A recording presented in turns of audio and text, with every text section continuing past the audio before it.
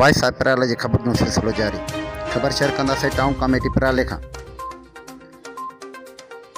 पिरालो town committee ऐं town officer जे नाअहली सबबि गुलाबनि जी शहर गंदगी जे वर चढ़ी वियो। मुक़ररु टाउन ऑफिसर आफ़ताब अहमद मुग़ल मुक़ररे खां पोइ गुलाबनि जी शहर खे गंदगी जे वर चाढ़े छॾियो। गुलाबनि जी शहर ऐं पिरीं जे लोह पिरालो हज़ारे आबादी रखंदड़ वाहिद टाउन कमेटी पिरालो आहे जंहिंखे नज़रअंदाज़ कयो पियो वञे।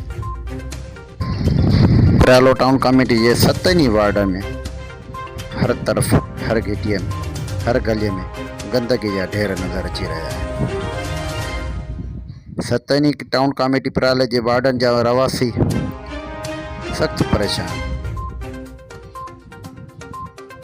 पिराले शहरनि जो इहो ई चवणु आहे त पिराले शहर जी सफ़ाई सुथराई कराई वञे ऐं बीमारियुनि खां बचायो वञे।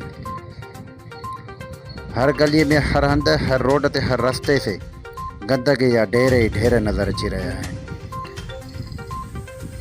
पिरालो टाउन कमेटी जो टाउन ऑफिसर आफ़ताब अहमद मुग़ल मुक़ररी खां पोइ सफ़ा सुथराईअ जो अमल नाकारा बणिया, ड्रेनेज सिस्टम नाकारा बणिया, शहर में सफ़ा सुथराईअ जो अमल निल।